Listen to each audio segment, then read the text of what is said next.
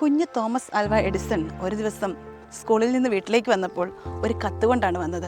അവൻ ആ കത്ത് അമ്മയുടെ കയ്യിലേക്ക് കൊടുത്തു. എന്നിട്ട് പറഞ്ഞു, അമ്മേ, ടീച്ചർ ഈ കത്ത് അമ്മയുടെ കയ്യിൽ തരാൻ പറഞ്ഞു. അമ്മ ആ കത്ത് വായിച്ചു. ആ കത്ത് വായിച്ച ഉടനെ ആ മാതൃഹൃദയം ആർദ്രമായി, കണ്ണുകൾ ഈറനണിഞ്ഞു. അത് കണ്ട തോമസ് അമ്മയോട് ചോദിച്ചു, അമ്മ എന്തിനാ കരയുന്നത്? ആ കത്തിൽ എന്താണുള്ളത്? അപ്പോൾ അമ്മ പറഞ്ഞു, മകനെ, നിന്റെ ടീച്ചർ ഈ കത്തിൽ എഴുതിയിരിക്കുന്നത് നിങ്ങളുടെ മകൻ പ്രതിഭാശാലിയാണ്. അവനെ പഠിപ്പിക്കാൻ ഈ സ്കൂളും ടീച്ചർമാരും പോരാ. അതിനാൽ അവന് വിദ്യാഭ്യാസം വീട്ടിൽ വെച്ച് തന്നെ നൽകുക എന്നതാണ്. പിന്നീട് ആ കുട്ടിയെ അമ്മ വീട്ടിലിരുത്തി പഠിപ്പിച്ചു.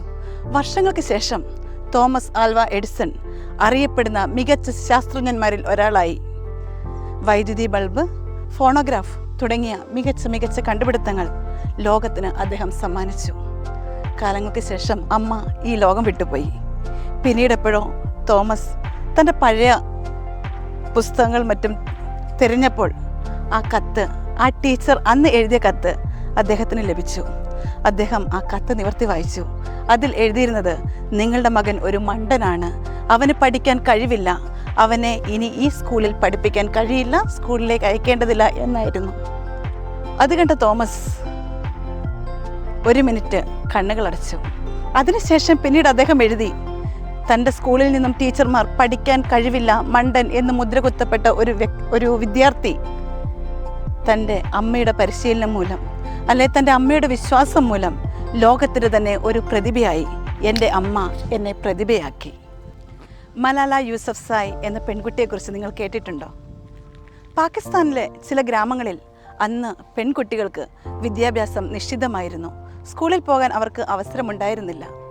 അക്കൂട്ടത്തിൽ നിന്ന് മലാല യൂസഫ്സായ് എന്ന പെൺകുട്ടി വളരെ ധീരയായി ശബ്ദമുയർത്തി, പെൺകുട്ടികൾക്കും പഠിക്കണം, ഞങ്ങൾക്കും സ്കൂളിൽ പോകണം എന്നായിരുന്നു. 2012 താലിബാനിലെ അക്രമികൾ അവളുടെ സ്കൂൾ ആക്രമിച്ച് അവളെ വെടിവെച്ച് വീഴ്ത്തി. പെൺകുട്ടികൾ ശബ്ദിക്കാൻ പാടില്ലല്ലോ. ലോകം കരുതി അവളുടെ ശബ്ദം നിശബ്ദമായി എന്ന്. താലിബാനിലെ അക്രമികൾ അവർ കരുതി, ഓക്കെ, പെൺകുട്ടികൾ ഇനി സ്കൂളിൽ പോകാൻ ആരും വാദിക്കില്ല എന്ന്. കാലം മുന്നോട്ട് പോയി. അവൾ സുഖപ്പെട്ടു, സൗഖ്യം പ്രാപിച്ചു. വീണ്ടും പൂർവാധികം ശക്തിയോടെ അവൾ ഉറക്കെ പ്രഖ്യാപിച്ചു, പെൺകുട്ടികൾക്ക് പഠിക്കണം, ഞങ്ങൾക്ക് സ്കൂളിൽ പോകണമെന്ന്. കാലം അവൾക്കൊപ്പം നിന്നു. പാകിസ്ഥാൻ പെൺകുട്ടികൾക്ക് പഠിക്കാൻ അവകാശം കൊടുത്തു. 17ാമത്തെ വയസ്സിൽ നോബൽ സമ്മാനം കൊടുത്ത് ലോകം ആ ധീരയായ പെൺകുട്ടിയെ ആദരിച്ചു. ഹരിയാനയിലെ ചെറിയ ഗ്രാമത്തിൽ പഠിച്ച കൽപ്പന ചൗള എന്ന പെൺകുട്ടിക്ക് ബാല്യത്തിൽ തന്നെ ചെറിയൊരു സ്വപ്നമുണ്ടായിരുന്നു, നക്ഷത്രങ്ങളെ തൊടണമെന്ന്. പലരും അവളെ പരിഹസിച്ചു, പലരും ആർത്തു ചിരിച്ചു. പെൺകുട്ടികൾ അത്രയും സ്വപ്നം കാണാൻ പാടില്ല. പക്ഷേ അവളുടെ സ്വപ്നത്തിന് വേണ്ടി പ്രയത്നിച്ചു. അമേരിക്കയിൽ പോയി ബഹിരാകാശ ഗവേഷണം, എയറോനോട്ടിക്കൽ എഞ്ചിനീയറിംഗ് അവൾ പഠിച്ചു. കൊളംബിയയിലെ സ്പേസ് ഷട്ടിലിൽ അവൾ യാത്ര തിരിച്ചു. അങ്ങനെ അവൾ നക്ഷത്രങ്ങളെ തൊട്ടു, ബഹിരാകാശ യാത്രികയായി. അവളുടെ ജീവിതം എല്ലാവർക്കും അറിയാമല്ലോ.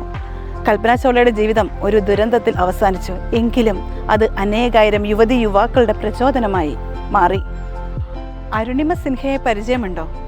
നമ്മുടെ ദേശീയതല വോളിബോൾ താരമായിരുന്നു.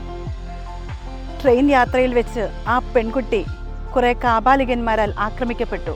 അവർ അവളെ ട്രെയിനിൽ നിന്ന് തള്ളി താഴെയിട്ടു. അവളുടെ ഒരു കാൽ നഷ്ടമായി.